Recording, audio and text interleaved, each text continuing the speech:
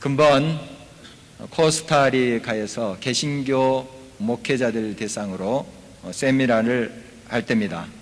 10년 후에 자기의 모습을 현재형으로 써보라 해서 쓴 것을 발표하는 그런 시간이 있었습니다. 75세 되는 목사님이 제일 먼저 손을 들고 일어서서 발표를 했습니다.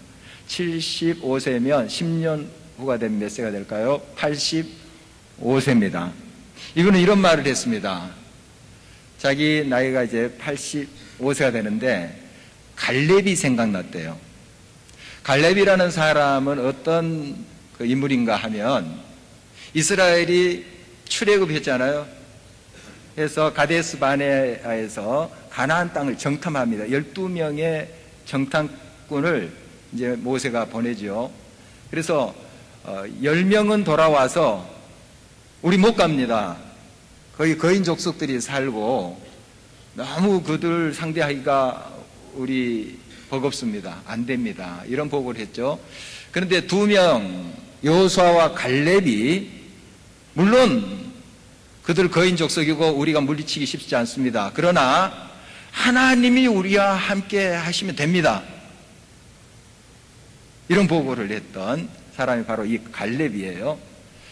근데 이제 40년의 광야 생활을 끝내고 가나안 이제 개척 시대 지금 5년째를 접어든 시기입니다.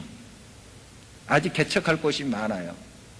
이때 85세가 된 갈렙이 이런 말을 해요. 저 헤브론 개척되지 않는 척박한 저 땅을, 저 산지를 내게 주소서. 바로 내 지파인 유다 지파에게 주소서, 이런 뜻입니다. 우리에게 주시면 우리가 개척하겠습니다. 다른 지파가 너무 힘들어서 쳐다보지도 않는 땅이에요. 척박한 땅이에요. 헤브론 땅이. 이 산지를 내게 주소서, 내가 개척하겠습니다 했던 사람이 이 갈렙입니다. 85세의 갈렙이에요. 제가 45년 전에 40세 때 가나안 땅을 정탐하고 왔는데 그때의 강건함이 아직까지 제게 있습니다. 하나님이 저와 함께 하시니 능히 저 산지를 개척할 수 있습니다 하고 이야기했던 사람이 이 갈렙입니다. 바로 이 갈렙을 이야기하면서 자기 나이랑 이제 10년 후에 똑같잖아요. 그래서 자기의 꿈을 이야기했습니다. 저는 인디언 마을로 갈 겁니다. 백인입니다. 이분은 인디언 마을로 갈 겁니다. 가서 이러이러한 사역을 하기를 원합니다. 이런 이제 고백을 했습니다. 10년 후에 자신의 모습을 그리면서 발표하면서 그의 얼굴은 상기가 되어 있습니다. 제가 옆에서 좀 느낄 수가 있었습니다. 굉장히 좀 힘이 넘쳐났어요. 지금 75세면 이제 사역의 일선에서 좀 물러날 때 아닙니까? 그리고 이제 후배들이 하는 걸 좀 도와주는 그런 역할을 하자. 이런 마음을 가지고 있을 수 있어요. 그런데 10년 후에 자기 모습, 또 갈렙이 떠오르면서 가슴이 뛰는 거예요. 아직까지 내게 할 일이 있다는 거. 이걸 제가 그 발표할 때 느낄 수 있었습니다. 그 10년 후의 비전, 그 꿈을 실현하기 위해서 다음 단계는 연차별로 어떤 계획을 세우며 기도하면서 갈 것인가 하는 걸 또 적게 했습니다. 적고 발표하는데 또 이분이 나서서 발표했는데, 물론 여러 사람이 발표했지만 아주 굉장히 가슴이 이렇게 뛴 것 같아요. 그러면서 올해는 어떤 일, 내년에는 어떤 것을 준비하고 10년 차에 어떤 것을 준비해서 내가 그 하나님이 부르신 그 자리로 가겠다 하는 이야기를 했습니다. 정말 우리가 85세가 되는 나이, 또 어떤 환경이 있든지 간에 하나님의 약속이 임하면 가슴이 뛰게 되어 있습니다. 그리고 하나님은 그를 통해서 하십니다. 역사하시는 것을 보게 됩니다. 오늘 본문은 그 유명한 야곱이 형을 피해서 메소포타미아 하란으로 가는 길에서 하나님을 만난 사건이에요. 바로 그가 하나님을 만나게 되는데 그동안 40여 년 동안 집 울타리 안에서 맴돌았던 사람입니다. 이 야곱이라는 사람은 사실 그렇게 훌륭한 자질이 있고 성품이 있는 사람이 아니었어요. 형 에서가 있는데 이란성 쌍둥이입니다. 에서는 결혼도 하고 굉장히 활동적입니다. 사냥도 해서 부모님께 대접도 해드리고 이런 이제 형인데, 동생 야곱은 굉장히 수동적인 사람이에요. 울타리 밖에 나가서 막 활동하는 형과 비교하면은 굉장히 수줍음이 많은 그런 성품의 사람으로 보여요. 그리고 욕심이 있어서 아버지가 형을 속이고 형이 차지할 그 장자권을 뺏은 사람, 아주 약삭 빠른 사람입니다.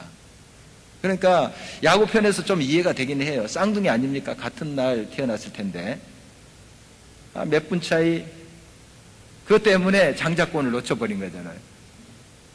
이게 항상 마음에 있어서 어떻게든 저 장자권을 뺏어야지 아마 그런 생각을 하고 있었던 것 같아요. 그래서 교묘한 방법으로 장자권을 뺏었던 그런 사람입니다. 형이 이제 분을 품게 되었죠. 굉장히 형이 화가 났습니다. 이제 속았구나 하는 마음이 드자 이제 기회가 되면 동생 야곱을 죽이려고 했죠. 아버지만 돌아가시면 너 죽어, 이런 생각을 가지고 있었습니다. 그것을 이제 그 어머니 리브가가 그 아버지 이삭과 의논해서 이 야곱을 저 메소포타미아 하란, 야곱의 애산촌 집으로 보냅니다. 형식은 부모의 명령에 따라서 하란으로 가는 거지만 사실 도망가는 거예요. 도망가다가 그가 들판을 만나게 되죠. 황량한 들판을 만나게 됩니다. 거기에서 이제 한 밤을 새게 되는데 바로 그곳에서 그가 겪었던 이야기, 또 하나님을 만났던 이야기가 오늘 본문의 내용인 것입니다. 처음 집을 떠난 것으로 보입니다. 이 야곱은, 형은 이리저리 사냥하면서 왔다 갔다 하면서 활동적이었지만 이 울타리 안에 있는 게 안정감이 있었고 야곱에게는 편했던 것으로 보여져요. 그런데 지금 홀로 광야를 경험하게 된 것이죠. 생각해 보시죠. 활동적인 에서와 비교한다면 지금 울타리 안에만 맴돌았던, 또 그 40이 다 되도록 어머니 치마폭에 쌓였던 그 사람이 홀로 됐어요. 광야에 홀로 남겨져 있어요. 굉장히 두렵겠죠. 굉장히 무서움이 엄습했을 것으로 압니다. 이제 그 광야에서 잠을 자게 되는데 저녁에는 그 낮의 열기로 인해서 땅에 좀 온기가 있었을 거예요. 그러나 한밤중에는 이 광야도 굉장히 춥답니다. 어떻게든 잠을 자야 되는데 돌을 베개 삼아서 이제 겉옷을 모포 삼아서 이렇게 잡니다. 자는 둥 마는 둥 했겠죠. 자다가 깨다가 하다가 잠을 잤습니다. 바로 그 꿈속에서 하나님을 만나게 됩니다. 바로 그곳 황량한 광야에서 모양새 처량한 야곱에게 하나님이 다가오신 것이죠. 꿈에 그에게 나타나신 것입니다. 정말 놀라운 광경이었어요. 천사가 사닥다리를 오르락내리락 하고 하나님이 인재를 경험하는 사건이었어요. 그것도 또 그곳에서 하나님께서 놀라운 약속, 정말 상상치도 못한 약속을 그에게 주십니다. 먼저 하나님께서 그 꿈속에 야곱에 나타나서 자신을 계시하십니다. 나는 여호와니 너희 조부 아브라함의 하나님이요 이삭의 하나님이라, 이렇게 말씀하시는 거예요. 성경에 아브라함의 하나님, 이삭의 하나님, 야곱의 하나님, 이런 표현들이 계속 등장해요. 이건 어떤 하나님을 고백하는가 하면 살아계신 하나님이다 하는 것이에요. 옛날 조부 때, 그때 하나님만이 아니라 그 하나님, 동일하신 하나님이 너희 아버지 때, 또 너희 때의 하나님이시다. 동일하신 하나님, 지금도 살아서 역사하시는 하나님이다. 이런 고백인 거예요. 바로 하나님은 이렇게 자기 자신을 계시하고 있습니다. 야곱은 갈대아 우르에서 그 할아버지가 떠나서 하란으로 갔다가 가나안 땅으로 갔다가 하는 이야기를 어렸을 때 들었습니다. 계산을 해보니까 이 야곱의 청소년 시절까지 아브라함이 살아있었어요. 할아버지가 살아있었습니다. 자, 상상해 볼 수 있습니다. 성경에는 자세히 나와 있지 않습니다만은 아브라함이 가만히 있었겠어요? 손주들 이렇게 데리고 그냥 산책만 하고 이렇게 지냈을 거예요? 아니죠. 하나님에 대해서 말씀하셨을 거예요. 내가 이렇게 바벨론 땅 갈대아 우리에 있었는데 하나님이 나를 부르셨어. 또 하란으로 갔다가 또 하나님이 가라 하니까 내가 가서 이러이러한 경험을 했어. 이런 이야기를 분명히 할아버지가 했을 거란 말이에요. 그리고 같이 예배도 드리고. 아브라함은 능히 그렇게 할 사람이죠. 하나님에 대해서 알고 있었단 말이에요, 이 야곱이. 그리고 아버지도 가만히 계셨을까요? 이삭도 하나님께서 어떻게 나를 인도하시고 여기까지 브엘세바까지 이끄셨는가 하는 것을 가르쳤을 거예요. 이야기했을 것입니다. 그래서 야곱은 이 하나님에 대해서 알고 있었어요. 하나님이 계시는구나. 하나님이 살아 계시는구나. 알고 있었던 사람입니다. 그러나 정작 그 하나님이 자기 하나님으로 고백되지 못한 거예요. 그러니까 하나님에 대해서는 알고 있었지만 그 하나님과 인격적인 만남이 없었던 거예요. 바로 그는 브엘세바에서 아버지 이삭이 정착을 하게 되자 안정적인 그러한 어린 시절을 지냈던 것으로 보여집니다. 아버지 때나 할아버지 때는 이곳저곳 도전하면서 부딪히면서 떠돌이 생활을 했다면 아버지의 때에 이제 드디어 브엘세바에서 안정된 정착을 하게 된 겁니다. 그래서 어린 시절을 그렇게 안정된 분위기 속에서 자라온 거예요. 그리고 성격조차도 굉장히 수동적이니까 울타리 안에서 있었던 또 편안한 것을 좋아하는 도전을 싫어하는 그런 성품의 사람으로 보여집니다. 이제 이러한 부족할 것이 없고 안정적인 그런 삶 속에서 자라났던 이 야곱이 지금은 상황이 달라졌습니다. 굉장히 불안을 느끼게 되고 자기 주변에 아무도 없어요. 들판이에요. 얼마나 큰 고독과 두려움이 엄습했겠습니까? 처량한 신세, 황량한 광야만 그에게 있었던 것입니다. 그 옆에 그 누구도 없다 하는 그 두려움이 그를 엄습하고 있었던 것이죠. 그런데 꿈에 하나님께서 그에게 다가오신 거예요. 물론 두렵고 정말 무서운 그런 순간이었지만 한편으로는 또 굉장히 반가운 그런 마음이었을 줄 압니다.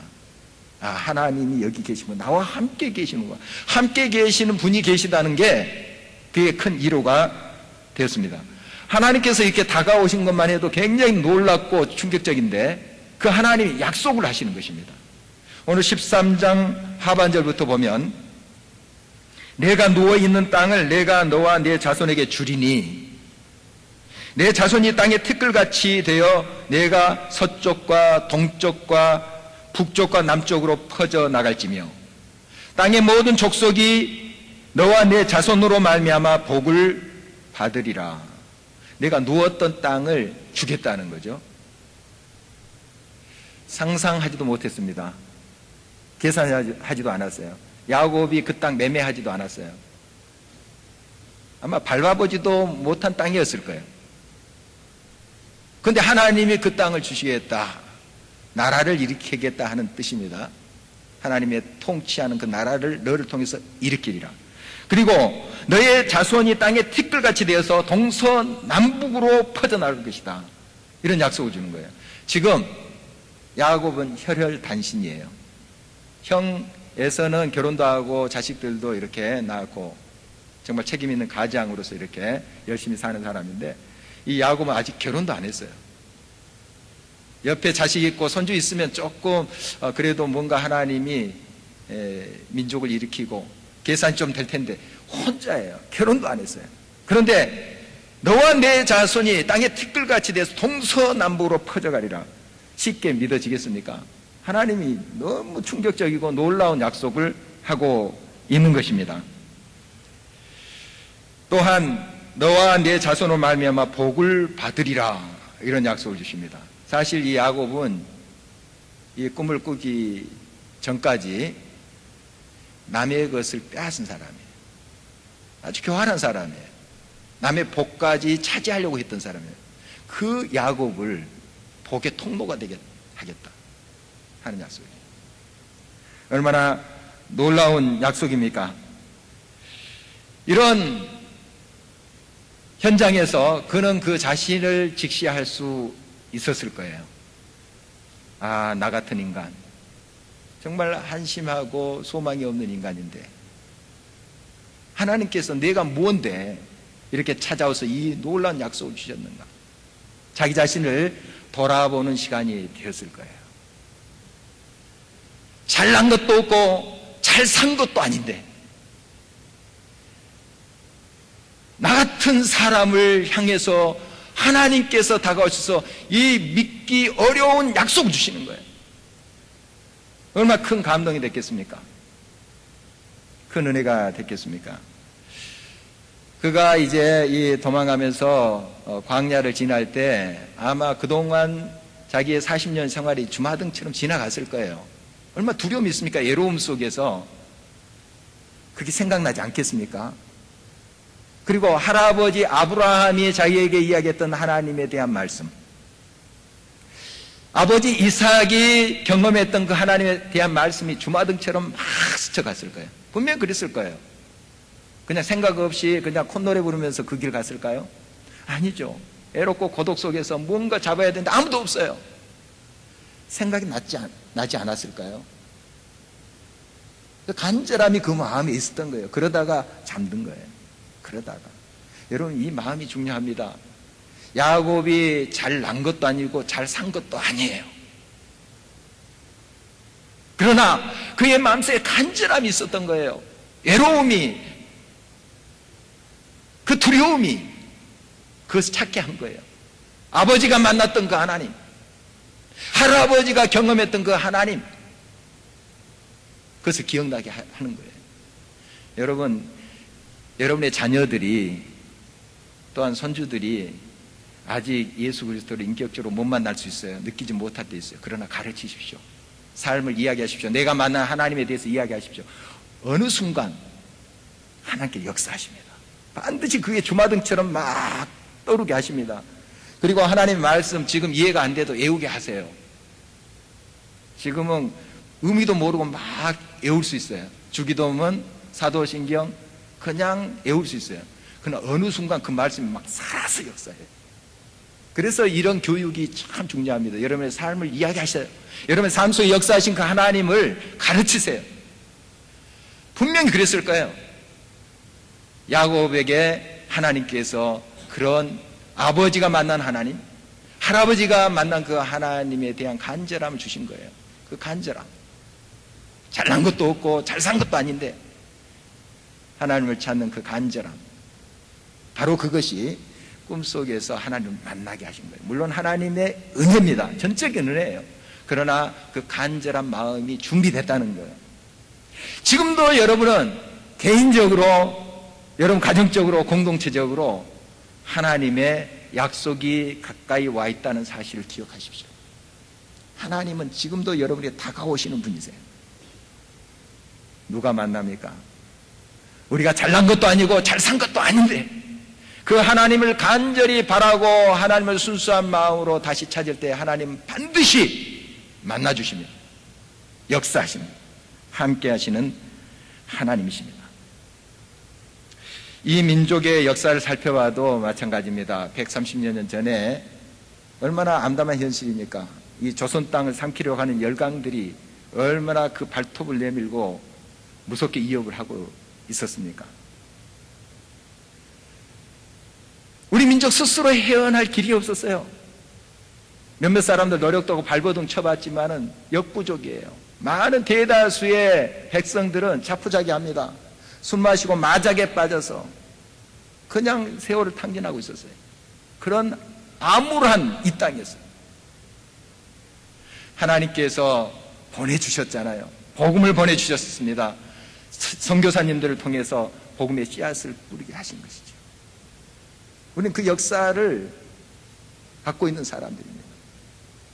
그 복음의 역사가 이 땅에 임하자 하나님이 민족을 변화시켜 준 것 아니겠습니까? 하나님의 은혜죠. 놀라운 일입니다. 바로 하나님은 지금도 하나님의 놀라운 약속을 우리들에게 주고 계십니다. 하나님의 약속이 들어가면 그의 인생이 변합니다. 그 가정이 변해요. 그리고 민족이 변합니다. 하나님의 약속 말씀은 생명이기 때문이에요. 천지를 창조하신 이 말씀 동일한 말씀이에요. 이 말씀이 들어가면 삶이 변합니다. 영적인 눈이 떠지게 되어 있습니다. 여러분, 우리의 마음을 열어서 주님을 향하십시다. 말씀이 우리의 삶 속에 구체적으로 임하도록, 우리 자녀들에게, 우리 손주들에게, 자자손손에게 하나님의 말씀이 임하도록 우리가 기도할 이유가 여기 있습니다. 이제 야곱이 잠이 깼죠. 주변 환경은 달라진 게 없어요. 돌멩이 그대로 굴러다녀요. 똑같습니다. 누가 달라졌습니까? 야곱이 달라졌죠. 야곱이 달라졌습니다. 겉모습은 비슷하게 보일지 모르지만 전혀 다른 사람이 돼 있어요. 교활했던 사람입니다. 약삭 빨았던 사람이에요. 자기 이기적인 욕망을 채웠던 사람입니다. 하나님의 약속이 들어왔습니다. 복의 통로가 된 거예요. 나눠주는 사람이 된 거예요. 다른 사람을 생각해주는 사람이 된 거예요. 완벽하겠습니까마는 그러나 그 길로 들어섰다는 거죠. 이전까지 하나님은 지역적인 하나님으로 야곱은 생각했어요. 이방 사람들은 자기들의 신이 있잖아요. 또 수호신들이 있잖아요. 여호와 하나님도 이 야곱이 자기 가문의 하나님 정도로만 알고 있었어요. 브엘세바에서 지금 가족들이 머물고 있잖아요. 그곳 지역을 수호하는 그런 하나님으로 알고 있었던 거죠. 그러나 자기가 예상치도 못하고 상상치도 못한 이 베델 광야에서 하나님 만나주신 거예요. 하나님이 여기도 계시는구나. 여기에 나와 함께 계시는구나. 그때 발견한 거예요. 깨달은 거예요. 몰랐습니다. 그래서 너무 외로웠죠. 그러나 하나님이 나와 함께 하시는구나. 하나님을 인격적으로 거기서 만난 것입니다. 얼마나 가슴이 뛰었을까요? 정말 다시 한번 그 하나님의 만남의 체험 속에서 하나님을 붙잡고 일어서는 그의 모습을 상상해 볼 수가 있습니다. 잠들기 전에 보였던 그 광야, 다른 사람들, 세상 사람들 보기에는 똑같았을 거예요. 그러나 야곱의 눈에는 달라 보였을 것이에요. 분명히 달라 보였을 거예요. 세상의 눈으로 보면 돌멩이 그대로 널려져 있습니다. 황량합니다. 그러나 야곱의 눈에는 그것에 하나님의 성소가 세워진 거예요. 하나님이 나와 함께 하시면 내가 이곳에 돌아올 때 여기에 하나님의 집을 세우겠습니다. 하나님 성소가 보이는 거예요. 성소가. 이게 믿음의 눈이에요. 약속이 들어간 사람의 눈은 하나님 비전이 지금 실현 가운데 보이는 거예요. 우리가 많은 듣는 이야기지만 정말 일반 세상 사람들은 사과 속에서 사과 씨를 봅니다. 시력이 있으면 다 그렇죠. 그러나 믿음의 사람들은 씨 속에서 사과 나무를 봐요. 사과 열매를 봅니다. 이게 믿음의 사람들의 눈이에요. 똑같은 황량한 벌판이지만 지금 야곱은 그의 심령 속에 하나님의 약속이 들어간 거예요. 믿음의 눈을 보니까 이미 그곳에 하나님의 성소가 세워진 거, 베델, 하나님의 집이란 뜻이에요. 그전엔 루스라고 하는 이름이었는데 베델이라 선포해버린 거예요. 하나님의 집이야 여기. 얼마나 멋진 선포입니까? 여러분, 믿음의 눈을 뜨시고 하나님의 약속의 말씀 붙잡으십시오. 이 말씀은 살아서 역사하시는 말씀이에요. 지금도 여러분의 삶을 변화시키고 새롭게 하는 말씀입니다. 이 말씀을 붙잡고 믿음으로 응답하는 우리가 돼야 되겠습니다. 세상에서 가장 크고 본질적인 그 복이 무엇인 줄 아십니까? 건강도 되고 또 물질이 많아지는 것도 복이 되겠죠. 자녀들이 잘 되는 것, 뭐 이런 복이 될 수 있습니다.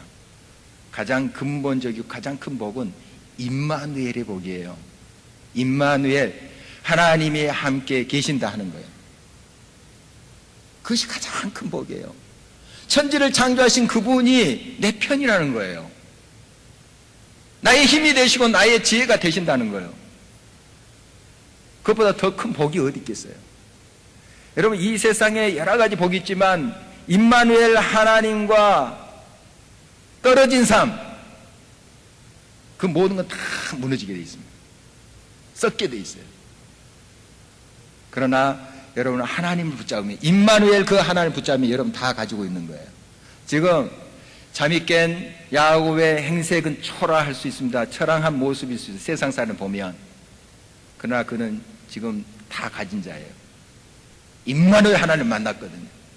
물론 그의 앞길에 여러 가지 어려움이 있었습니다만은, 그러나 임마누엘 하나님으로 인하여 그 모든 걸 다 헤쳐가잖아요. 꿈이 있습니다. 비전이 있습니다. 하나님 약속이 있어요. 그걸 붙잡고 헤쳐가는 그의 모습을 우리가 알고 있습니다. 여러분의 삶 속에 날마다 임마누엘 되시는 하나님이 여러분의 복이 되는 줄 믿으시기 바랍니다. 이것이 가장 크고 근본적인 복이에요. 여러분에게 이미 이 복이 주어진 거예요. 여러분을 통해서 이 복이 흐르기를 원합니다. 저 라오스로, 저 코스타리카로, 저 인도네시아로, 동서남북으로 하나님이 퍼져가기를 간절히 바라시는 것입니다. 우리 교회가 가지고 있는 또 꿈과 비전이 있습니다. 지난 정책당회 때 우리 3년 후에 우리 교회에 풀타임 선교사를 보내자 하는 것을 결의를 했습니다. 지난번에 소개를 드렸습니다만 우리가 함께 기도해야 됩니다. 우리 교회 규모에서 풀타임으로 또 선교사를 보낸다는 게 무리가 될 수도 있습니다. 그러나 그런 비전을 우리 먼저 장로님들 마음에 주셨어요. 또 피태 장로님도 같이 있었는데 그런 마음 주셨어요. 저도 감사하면서 같이 마음을 했습니다. 누굴 통해서 주시든지 그 꿈을 향해서 우리가 한 마음 한 뜻으로 나아가야 될 줄 압니다. 하나님께서는 이 작은 시도고 기도지만 이걸 통해서 동서남북으로 하나님의 백성들이 퍼져나가게 하실 것이에요. 하나님의 자손들이 퍼져나가게 하실 것입니다. 그래서 올해는 우리 선교지를 물색하는 해로 잡자, 이렇게 그때 이야기했습니다.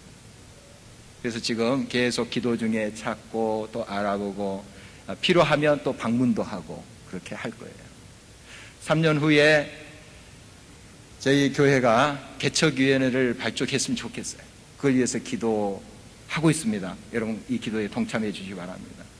우리가 작년 성도, 청년까지 빼고 작년 성도 500명, 출석 성도 500명 되면 개척위원회 발족해서 이제 교회를 세우자, 이런 비전을 오래전부터 가지고 있습니다. 우리가 마냥 늘어지는 것이 아니라 3년 후에 우리가 500명 작년 출석을 위해서 기도하고 열심히 뛰었으면 좋겠어요. 그래서 개척위원회 3년 후에 발족하고 선교사 파송하고 발족하고 1, 2년 후에, 빠르면 1년 교회 개척했으면 좋겠습니다.